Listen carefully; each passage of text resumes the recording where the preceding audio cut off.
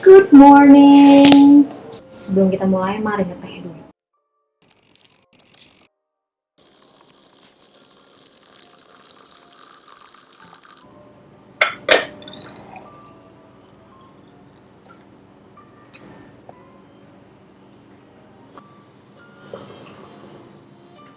Selamat datang kembali bersama Deandra. Hari ini gue mau sharing session, pengen cerita-cerita aja tentang pengalaman pribadi gue melakukan interview kerja. Jadi kenapa pagi-pagi gue udah ngomongin interview kerja?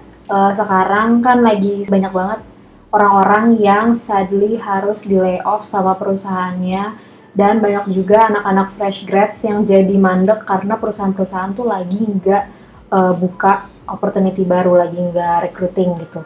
Jadi menurut gue ini sebenarnya tuh kesempatan yang pas banget buat kita semua menggali lebih dalam lagi, cari tahu lebih banyak tentang sebenarnya kita tuh mau jadi apa, dan kalau emang keputusan lo adalah lo pengen kerja di kantoran atau kayak lo punya impian buat kerja di suatu tempat, ini saat yang tepat buat lo cari tahu lebih banyak tentang tempat itu dan menggali lagi cara-cara kiat-kiat biar lo bisa keterima di tempat impian lo itu.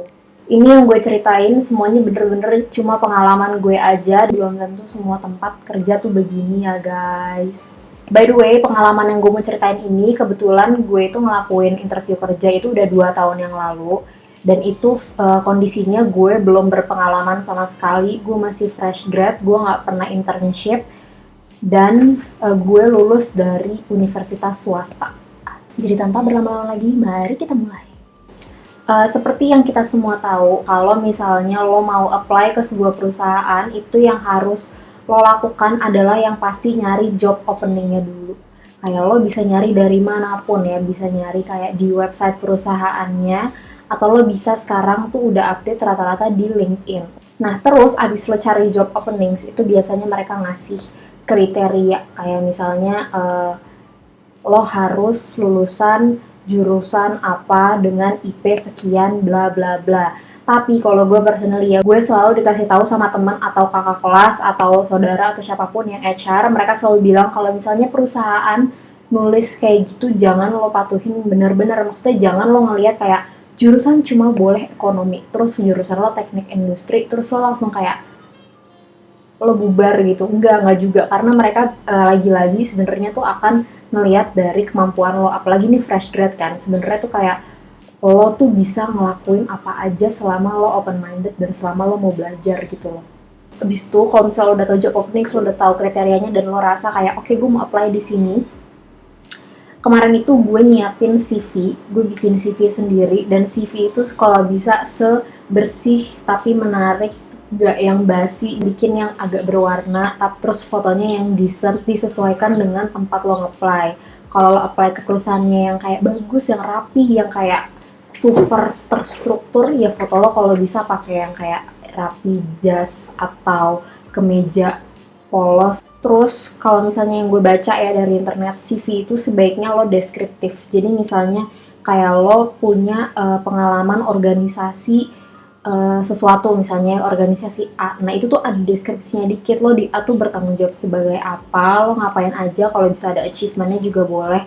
Jadi jangan cuma lo tulis judulnya doang, karena kan mereka nggak tahu apa yang lo lakuin di situ. Nggak semua orang tahu organisasi atau kegiatan lo tuh apaan gitu loh. Jujur ya, buat lo apply ke perusahaan, apalagi kalau yang udah perusahaan-perusahaan bagus, CV lo dilihat aja tuh susah gitu loh. CV tuh sehari bisa masuk kayak puluhan, dan mereka harus ngelihat punya lo harus stand out, dan gue tahu itu susah banget even lo udah semenarik apapun itu.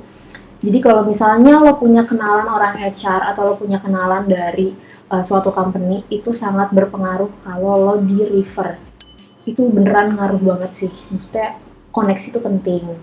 Terus talking about LinkedIn, tadi kan gue udah bilang perusahaan itu suka ngebuka job openings di LinkedIn kan. Jadi pastiin juga lo punya LinkedIn dan update profile lo. Jangan males buat nulis-nulis deskripsi yang lo udah lakuin di situ. Anggap aja LinkedIn itu CV lo, karena banyak juga perusahaan yang nggak ngeliat CV lagi tapi cuma ngeliat LinkedIn doang. Jangan males-males buat apply.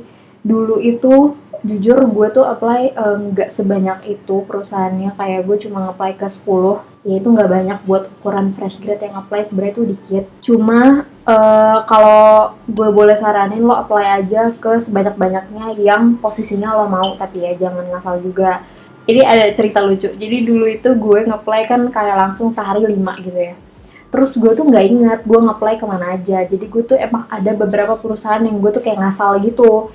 Terus pas dia nelpon, ada perusahaan tuh kan kayak mereka tuh kadang reach out lo via email, tapi kadang tuh mereka tiba-tiba nelpon gitu loh.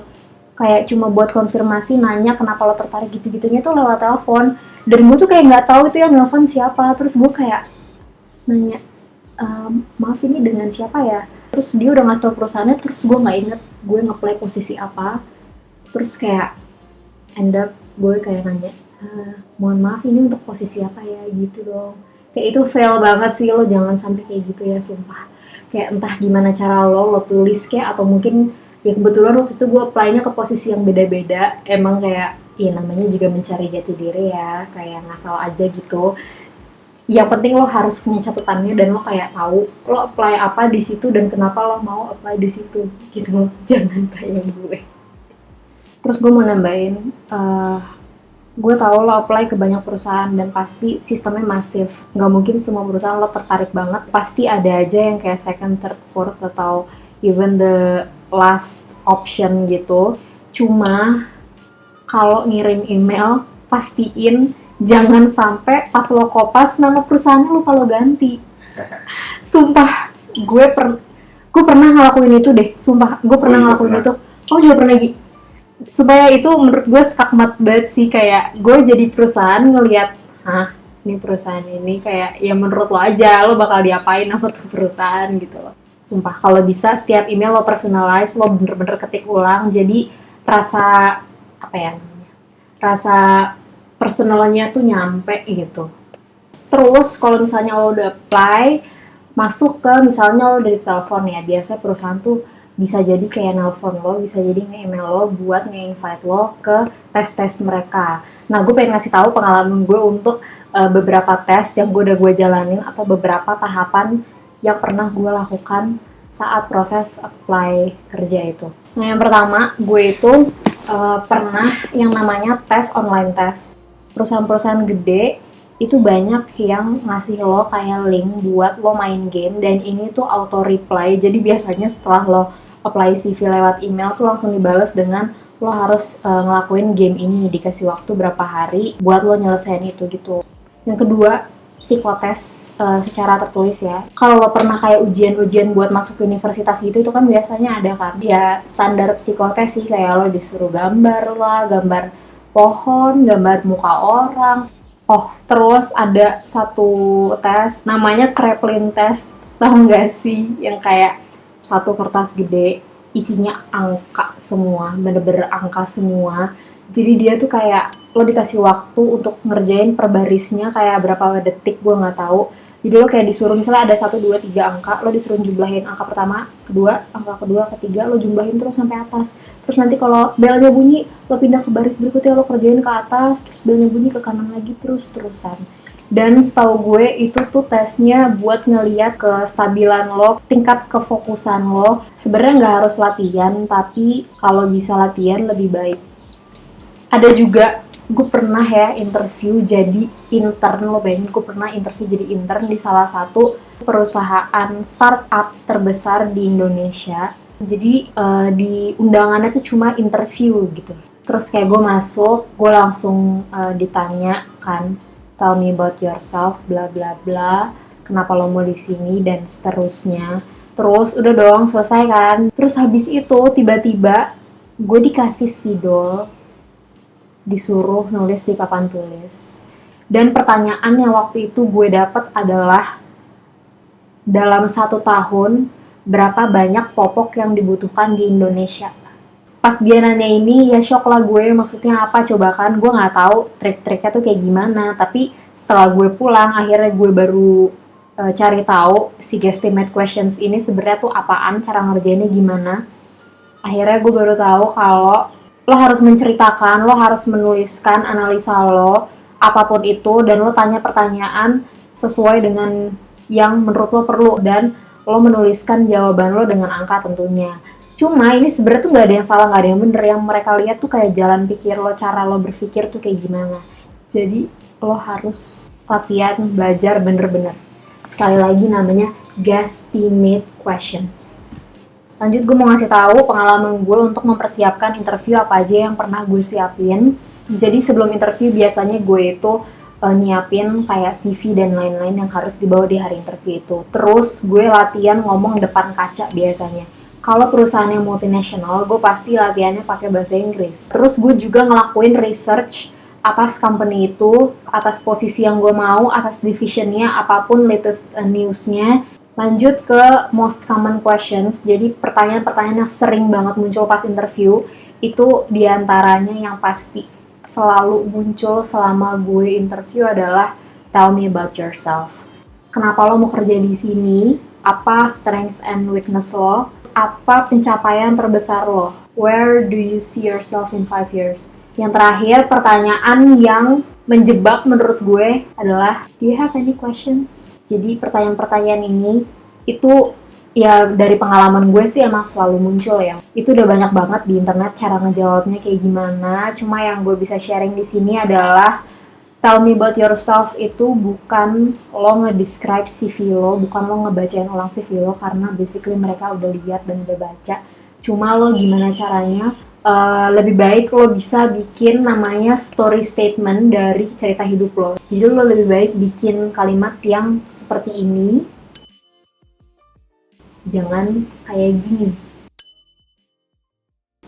Terus kalau misalnya lo ngomongin weakness, itu pastiin jangan lo punya weakness tapi lo nggak punya solusinya, karena mereka pasti pengen lihat gimana cara lo ngatur diri lo sendiri. Terus yang do you have any questions, ini supaya menurut gue ini pertanyaan kayak tricky karena lo nggak nanya juga kok kayaknya lo nggak interest sama tuh company. Kalau lo nanya tapi pertanyaannya bodoh juga zonk gitu kan. Kalau bisa lo menanyakan pertanyaan itu diselipkan dengan fakta juga. Nah, tips yang bisa gue kasih, beberapa kali gue ngobrol sama orang HR, interview itu buat mereka sama kita tuh kayak beda. Kalau dari kita kan kayak oh my god deg-degan gue harus interview gitu kan, tapi kalau di mata mereka tuh kayak ngelakuin itu udah sering banget, udah sama banyak banget macam-macam orang. Jadi mereka tuh pasti udah tahu patternnya, beda sama lo yang kayak aduh kaget gitu. Jadi kalau interview lo harus ingat tentang hal itu, jangan sampai lo menyia-nyiakan waktu mereka karena kerjaan mereka tuh bukan cuma buat nginterview doang. Dan kalaupun mereka nginterview lo gimana caranya harus meninggalkan kesan yang baik karena mereka ngelakuin ini udah ke banyak banget orang. Gimana caranya lo bisa stand out gitu. Dan stand out di sini bukan dari achievement lo doang, bukan dari sekadar prestasi lo doang, tapi juga dengan cara penyampaian lo, dengan cara komunikasi lo, dengan storytelling lo, dengan kesinambungan antara mereka dan lo. Jadi gimana cara lo nyambung gitu. Nah terus pas lo datang interview, lo harus tahu perusahaan itu culture pakaiannya tuh seperti apa. Jadi kalau mereka emang yang rapi banget pakai jas dan lain-lain, ya lo ikutin lah. Kalau mereka nggak ngasih tahu lo harus pakai apa, ya lo tanya. Karena ada perusahaan yang sangat sensitif, even cuma dari pakaian aja. Jadi lo harus memastikan itu penting buat first impression mereka terhadap lo. Jadi gimana caranya lo bener-bener nunjukin kayak gue tuh fit lo sama culture lo, gue fit lo sama yang lo butuhkan, gue bisa lo belajar apa yang lo mau, gue bisa ngebantu lo buat menyelesaikan goals-goals lo gitu. Jadi bukan cuma lo yang diuntungkan dengan lo dapat kerjaan, tapi mereka juga untung karena mereka dapat lo. Gitu. Jadi sekian sharing session hari ini. Semoga buat yang mau nyari kerja cepat dapat kerjaan. Thank you udah nonton video ini. Kalau misalnya punya pertanyaan atau saran, kira-kira video apa lagi yang perlu gue buat berikutnya, bisa komen aja langsung di bawah. Dan see you in the next video. Bye!